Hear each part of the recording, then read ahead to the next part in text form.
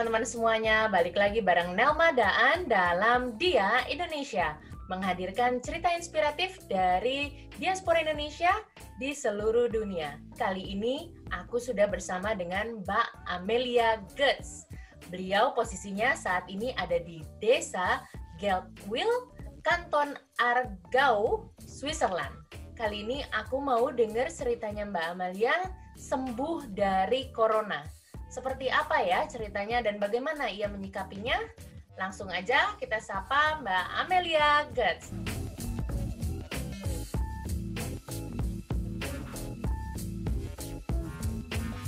Halo Mbak, Assalamualaikum. Waalaikumsalam Nelma, apa kabar? Baik, Alhamdulillah. Apa kabar Mbak? Alhamdulillah Nelma, udah sehat lagi. Udah sehat lagi ya, Alhamdulillah. Oke. Mbak, terima kasih banyak ya udah meluangkan waktu buat sharing sama aku dan teman-teman di sini. Iya sama-sama Nelma, udah menghubungi juga mau mendengar nanti ceritanya. Pasti. Jadi Mbak, ini Mbak sekarang Alhamdulillah sudah sembuh dari COVID ya. Waktu itu kejadiannya kapan Mbak? Sebetulnya yang merasakan gejala awal itu adalah suami. Itu sekitar hari Rabu tanggal 3. Jadi tanggal 3 Desember, suami itu bilang gini, yang kok saya penciumannya agak aneh ya, dia bilang gitu. Terus, udah, cuman waktu itu dia selintasan aja ngomong. Nah, pas tanggal 4, dia bilang gini, dia pulang dari fitness waktu itu, dia bilang gini, kok saya kayak cium bau muntah di mana-mana. Terus saya bilang, bau muntah? Iya, saya aneh banget ini, saya cium bau muntah di mana-mana. Nah, the next day-nya itu hari Jumat tanggal 5, tiba-tiba saya batuk. Batuk itu nggak berhenti-berhenti, disertai dengan ngilu di jari-jari tangan. Itu tanggal 5, suami waktu itu udah mulai juga ngerasa penciumannya semakin berkurang. Nah, terus akhirnya saya bilang, oh ini nggak bisa nih, kita harus cek segera. Waktu itu the next day kita langsung apply ke rumah sakit terdekat untuk melakukan tes. Waktu itu sih kami berpikir gini, saya personally termasuk orang yang cukup menjaga pikiran tuh selalu positif. Cuman melihat dari gejala tuh saya yakin gitu loh, oh ini pasti kayaknya gue kena COVID. Waktu itu kondisi kami masih oke tuh, jadi dalam artian makan masih bagus ya, terus stamina masih bagus, dan qadarullah memang kami positif. Dua-duanya jadi ya Mbak sama suami? Nah, dua-dua. Ketika kita diinformasikan melalui email, itu disertai dengan telepon dari pihak rumah sakit. Kami harus melakukan isolasi mandiri itu selama 10 hari. Anak-anak juga harus melakukan isolasi mandiri juga selama 10 hari. Saya langsung info ke sekolah anak-anak, ke tetangga, ke saudara, ke orang tua ya. Terus ya udah, akhirnya alhamdulillah respon positif dari tetangga, banyak yang nawarin buat belanja. Terus teman-teman juga banyak yang bawain makanan, alhamdulillah. Hari keempat waktu itu saya tiba-tiba ngerasain kayak orang kalau berenang kemasukan air itu loh. Tapi masih oke lah buat dibikin gerak macam-macam kerja di rumah. Nah, terus di Indonesia katanya coba menghirup Minyak kayu putih. Benar, minyak kayu putih. Teman bilang, coba Li, ini masak air, masukin minyaknya katanya. Oke, coba masak air, masukin beberapa tetes minyak kayu putih. Itu kayak nusuk ke sini loh, Nelma, diuapin gitu. Nah, kalau suami sempat kayak mau muntah katanya. Tapi terus kan kita terapi itu ya, maksudnya karena itu cukup membantu membuka pernafasan. Hari kelima tiba-tiba saya mulai merasakan lemas. Energi sudah kayak drain gitu loh. 6, 7, kondisi tuh kayak merasa, wah ini ada tenaga nih. Lumayan nih kalau dipakai buat nyuci baju nih, ke laundry gitu ya. Wah lumayan nih dipakai buat masak. Misalnya pagi. Tapi tiba-tiba tuh nanti ngedrop, kayak baterai tuh tiba-tiba habis aja. Itu rasanya capek banget, Mel. Capek banget. Nah, waktu itu juga yang sempat bikin aku down adalah suami 3 hari itu lemes. Setiap kali saya tanya, Coach yang, kamu gimana kabarnya? Weak, dia bilang weak terus. Kalau saya kan selalu berpikir gini, lo harus keep positif. Lo harus berpikir positif, lo harus berpikir positif. Lo filtering semua informasi negatif mengenai COVID. Nah, hari ke-8, tiba-tiba bangun tidur pagi, aku nggak bisa nafas, nggak bisa deep inhale. Ya Allah, nih apa lagi nih ya? Nafasnya tuh cuman sedikit banget yang bisa masuk. Kayak cuman pendek banget jadi napasnya, Mbak. Bener banget. Aku nggak mau makan kan lemes ya. Karena kemarin kan aku jaga terus ya. Aku tetap makan vitamin yang sebelumnya aku nggak pernah minum vitamin. Aku hajar vitamin. Hari ke-8-9 tuh masa krisis aku. Suami waktu itu masih lemes juga. Nah, alhamdulillah ada temen yang kirim video cara-cara isolasi mandiri di rumah. Jadi salah satunya adalah dengan cara tidur telungkup, menaruh bantal di dada. Itu rasanya enak banget waktu nyobain itu tuh. Ini posisi yang paling enak yang saya bisa rasain. Aku tiduran lagi. Aku bilang sama dia, saya capek. Saya bilang, I feel so tired, katanya. Saya bilang gitu, I feel so tired. I feel like I'm getting depressed. No, kamu harus tetap positif. Jangan diikutin perasaan kayak gitu. Kamu harus tetap positif. Bangun ya, bangun. Makan, ayo bangun. Minum teh. Ya udah, akhirnya situ saya bangun. Besoknya kan hari ke-10. Itu hari ke-10 aku ngerasain kayak nggak ada simptom. Jadi aku tuh ngerasa, aku ngerasa sehat. Aku bilang gini sama Pascal, kamu gimana kabarnya yang? Ya saya I feel better, dia bilang gitu. Cuman memang penciuman masih nggak maksimal ya. I feel better gitu. Kamu nggak tahu, saya bilang kok aneh ya. Saya ngerasa kayaknya saya baik gitu loh. Saya merasa saya sehat. Nah, saya bilang hari ini saya feeling so much better. Saya bilang so much better. Cuman saya masih batuk. Saya bilang gitu. Mbak bilang tadi kan hidungnya tuh nyium baunya tuh aneh. Tapi Mas bisa kecium atau benar-benar kayak keblok, nggak bisa napas, jadi harus napas dari mulut, Mbak? Jadi kalau Pascal bilang, penciuman itu sama sekali dia nggak bisa cium, ya. Makan itu juga nggak bisa dirasa di awal-awal, tapi hidung tuh nggak mampet. Jadi hidung tuh kebuka, cuman ya udah nggak berasa apa, pakai angin aja gitu loh. Ada beberapa taste yang dia nggak bisa taste, nggak bisa recognize ini taste-nya kayak apa. Jadi Mbak, kalau di sana, di Swiss itu ketika Mbak lapor, kemudian tes positif COVID, mereka tidak mengharuskan untuk dibawa ke rumah sakit? Jadi waktu datang kan kita dikasih formulir. Jadi ditanya apakah kita punya alergi, pernah operasi atau enggak, punya sakit apa kan kayak gitu. Nah terus juga ada pertanyaan simptom apa yang dirasakan. Nah di situ kalau aku kan batuk-batuk aja sama ngilu tangannya. Nah kalau Pascal kan dia ada penciuman seperti itu yang bermasalah. Dilihat dari kondisi kita nggak cuman bilang ya udah kamu isolasi mandiri. Jadi nggak diharuskan. Mungkin ya dilihat karena ada gejala ada penyakit bawaan nggak sebelumnya seperti itu ya. Ketika sudah sembuh nggak disuruh tes lagi nggak ya? Enggak. Nah, saya kan sempat tanya, enggak, katanya kamu nggak harus tes lagi gitu.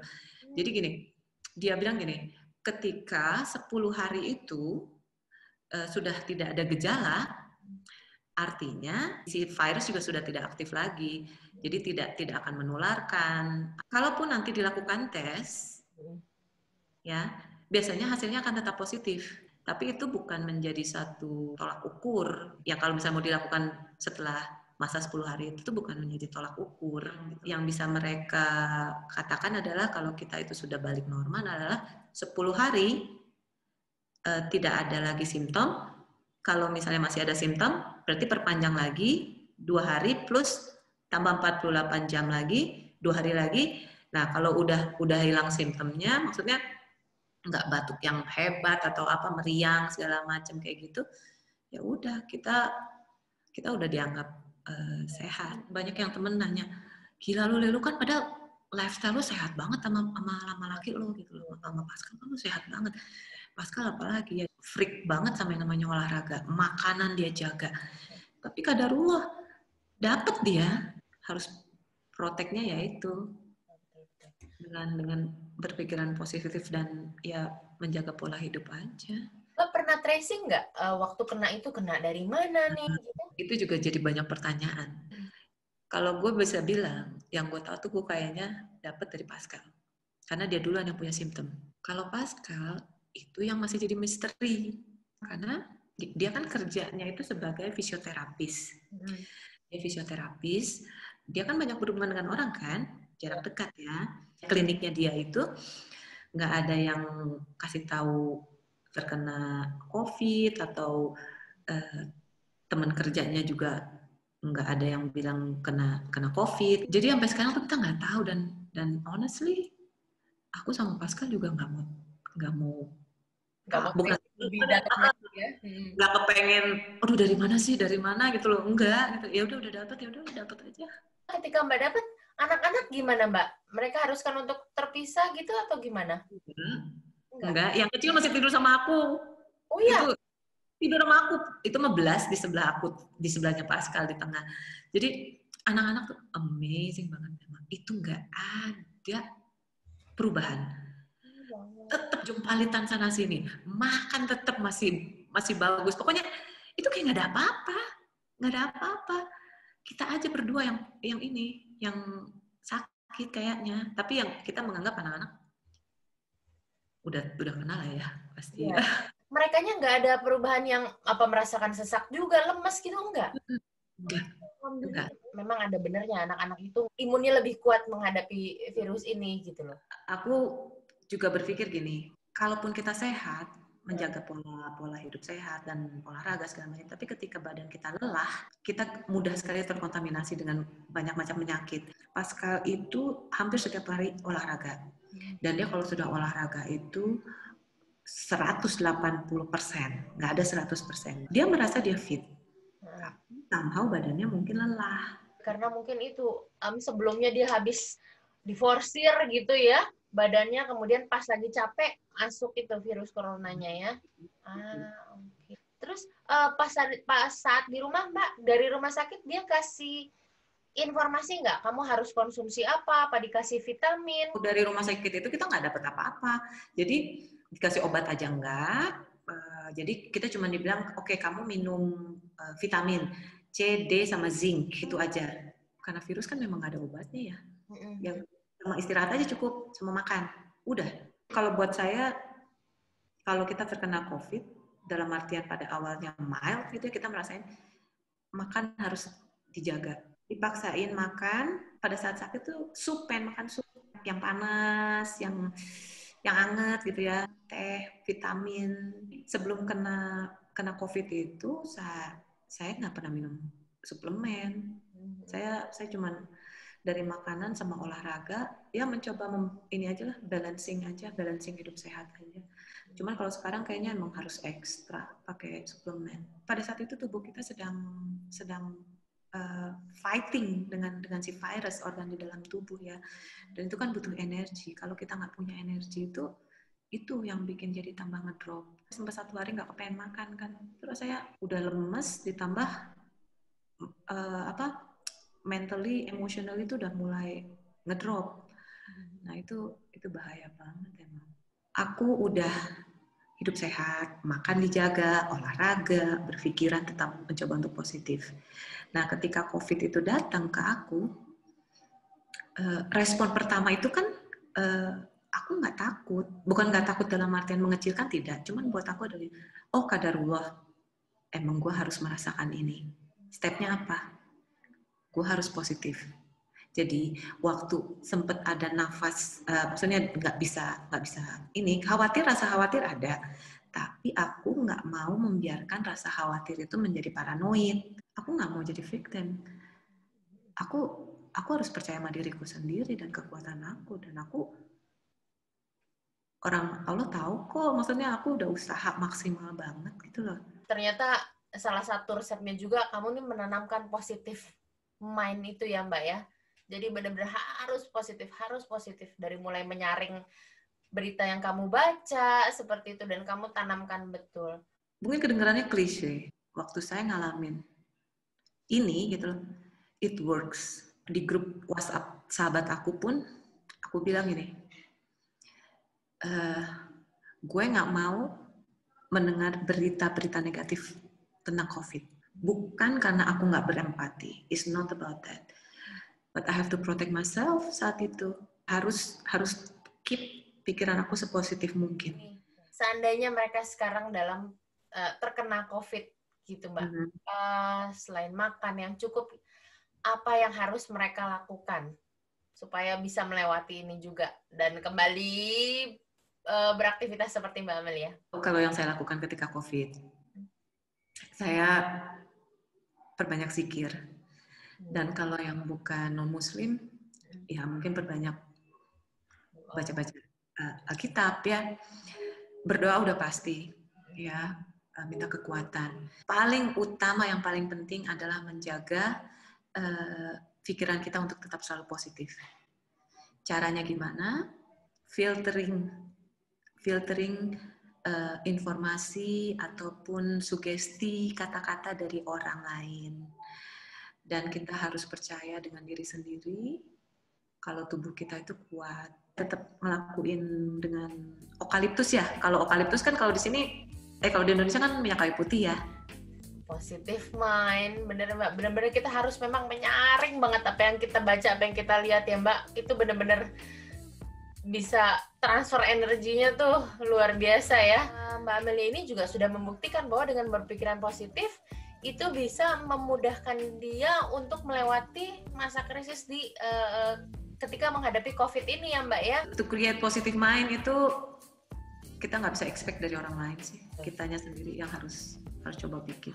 Mbak, keren banget. Terima kasih atas sharingnya ya Mbak. Ini bermanfaat banget buat aku dan teman-teman yang nonton di sini. Mudah-mudahan ini bisa bermanfaat buat kalian. Dan Mbak, terima kasih sekali lagi.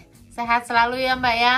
Terima kasih sudah nonton video ini. Sampai jumpa di video berikutnya. Wassalamualaikum.